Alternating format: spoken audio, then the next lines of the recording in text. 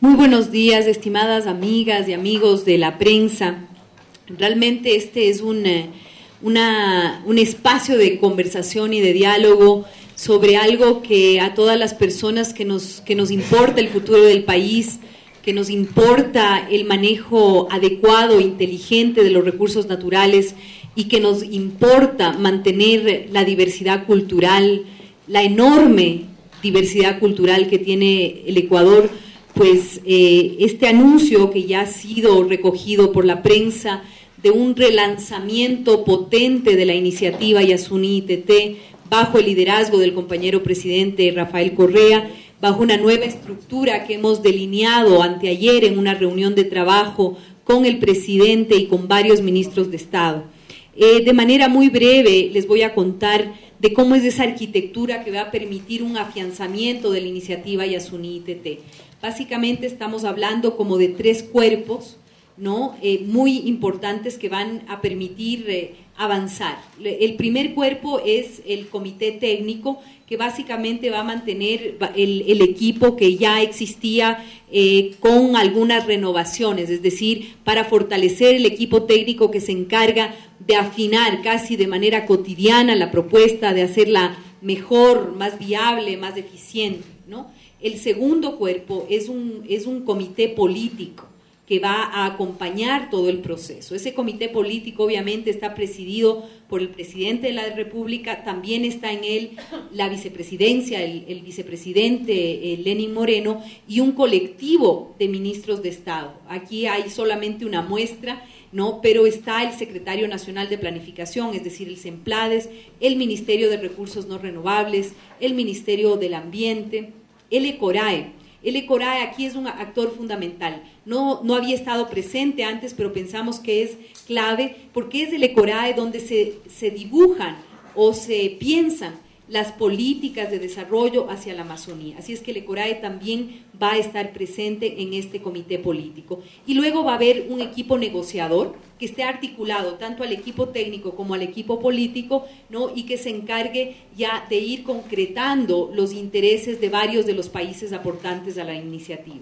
En este equipo, básicamente, el liderazgo, digamos, o la capacidad organizadora la va a tener Freddy Ehlers, que es una persona conocida por su compromiso ecologista de hace muchos años, y también lo va a acompañar el ex canciller y actual embajador del Ecuador ante las Naciones Unidas, Francisco Carrión. Además vamos a tener negociadores regionales, es decir, personas, por ejemplo, especialistas en los países árabes, personas especialistas en temas de negociación con países tan importantes como los Estados Unidos de Norteamérica. Entonces, básicamente esos son los tres cuerpos. Me olvidaba, en el comité político está también el Ministerio de Relaciones Exteriores, quien va a cumplir un rol clave, central en todo el proceso. Primero, porque participa y acompaña en las negociaciones políticas, y segundo, porque pone al servicio de la iniciativa, como ya lo hizo en el pasado, toda su red diplomática a nivel internacional.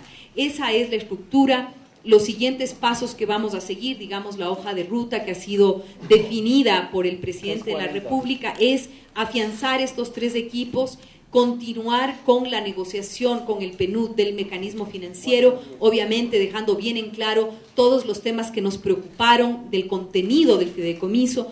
Yo creo que el presidente ha dado una clara orientación de cuáles son esos temas. Uno de los temas quizá más críticos es el mecanismo de toma de decisiones alrededor de este mecanismo financiero. Ya tenemos básicamente un planteamiento muy claro para que es evidente que quien pone el sacrificio y pone los recursos es quien debe decidir. En este caso, el poder de decisión dentro de la gobernanza del mecanismo financiero le queda al gobierno nacional, quien tendrá 3 representantes en el comité directivo, ¿no? También, obviamente, habrá la presencia de los aportantes a la iniciativa, y algo que el presidente, sobre lo cual el presidente insistió muchísimo, la sociedad civil. En el pasado la propuesta señalaba que el representante de la sociedad civil tenga voz y no voto, que sea un observador. El presidente ha insistido que esa persona de la sociedad civil tiene que tener derecho a voto, es decir, tiene que tener una voz y un voto. Yo creo que eso muestra el espíritu democrático y transparente de esta nueva estructura. Y me olvidaba de algo importantísimo, la participación de la Asamblea Nacional. Es decir, vamos a tener la presencia y la participación de un delegado de la Asamblea Nacional. ¿Y esto por qué? Es muy sencillo. El proyecto Yasuní-TT no es un proyecto ambiental o un proyecto más, o como alguien señaló, me parece que anteayer en una entrevista con el presidente de la República, es un proyecto emblemático. No, el presidente de la República ha dicho, la iniciativa Yasuní-TT es el proyecto más importante de nuestro gobierno. Y es el proyecto más importante de nuestro gobierno y responde a una política de Estado. El punto fundamental de la discusión que hemos tenido nosotros al interior, no únicamente estos últimos días, sino desde cuando se formuló el programa de gobierno, tiene que ver en que nosotros tenemos que buscar ser una economía postpetrolera. Y quizás por eso la importancia de este proyecto, que no es emblemático, como bien se ha señalado, no es únicamente emblemático, sino es el más importante del gobierno. Y eso implica irnos hacia una economía de servicios, ¿no? Y aquí justamente es importante señalar que nosotros en el último Plan Nacional para el Buen Vivir encontramos que nosotros buscamos construir lo que nosotros denominamos una biópolis ecoturística, comunitaria, ¿no? Que sea la nueva forma de generación de riqueza para el país, en la cual obviamente no únicamente el ITT es importante, sino todos los parques nacionales, en el sentido de que esto nos va a permitir generar otra forma o otra economía. Pero sin embargo también vale señalar que no es suficiente únicamente el ITT, ¿no? Y por eso nosotros en el plan señalamos que es necesario dirigirnos hacia una inversión mucho más fuerte en ciencia y tecnología. Porque ¿cuál es el paradigma en el que se sustentará esta nueva economía? Se sustentará en lo que nosotros denominamos del bioconocimiento. Nosotros hemos tenido una reunión con el presidente de la República en donde delineamos cuáles son las líneas de investigación. Nosotros podemos conservar, podemos tener ahí, que de hecho este momento lo tenemos en general, mucha naturaleza con mucha biodiversidad, pero sin embargo no sabemos y no conocemos y no damos valor añadido a esa biodiversidad porque no sabemos qué hacer, porque no se investiga, ¿no? Menos del 1% de lo que nosotros tenemos como biodiversidad sabemos que existe. Falta mucha investigación. Entonces, a esta iniciativa, que obviamente es una iniciativa emblemática y la más importante porque nos permite redireccionarnos hacia otro tipo de economía, tiene que estar articulado hacia también una fuerte investigación, en este caso, de ciencia y tecnología, y por eso la importancia que también damos nosotros dentro del Plan Nacional de Desarrollo a la transformación de la educación superior. Un gusto muy grande estar acá para reafirmar la decisión y la voluntad política del gobierno de llevar adelante este proyecto fundamental en lo que se respecta a la visión estratégica que tenemos, que es el proyecto Yasuní-TT. No se trata simplemente de dejar el petróleo bajo tierra.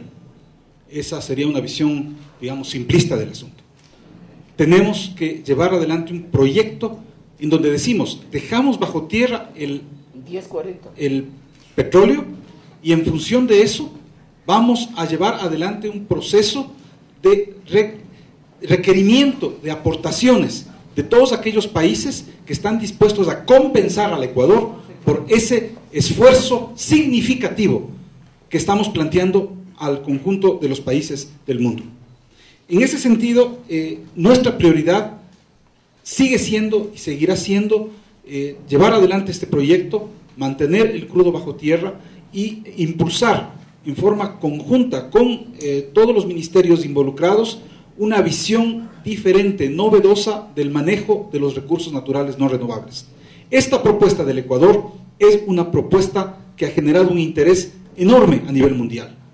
Es una propuesta que está siendo estudiada, analizada en universidades de todo el mundo. Es una propuesta en la que muchos gobiernos han puesto su interés debido a lo novedoso, debido a que representa una ruptura efectiva en relación a la forma como se ha venido manejando las propuestas ambientales, las propuestas ligadas a cambio climático, las propuestas ligadas a un manejo soberano de recursos naturales no renovables. En ese sentido, el Ecuador reafirma su participación como un pionero en el ámbito de lo ambiental. Y ese es un tema que este gobierno está dispuesto a sostener en todos los espacios, en todos las reuniones, en todos los foros a nivel mundial, y evidentemente a partir de esa participación activa tener esos aportes que son fundamentales y que son la base de este esfuerzo sustantivo que el pueblo ecuatoriano está haciendo de no tener los recursos directamente de la explotación, sino de un acuerdo mundial para la conservación del Yasuní de té. Muchas gracias.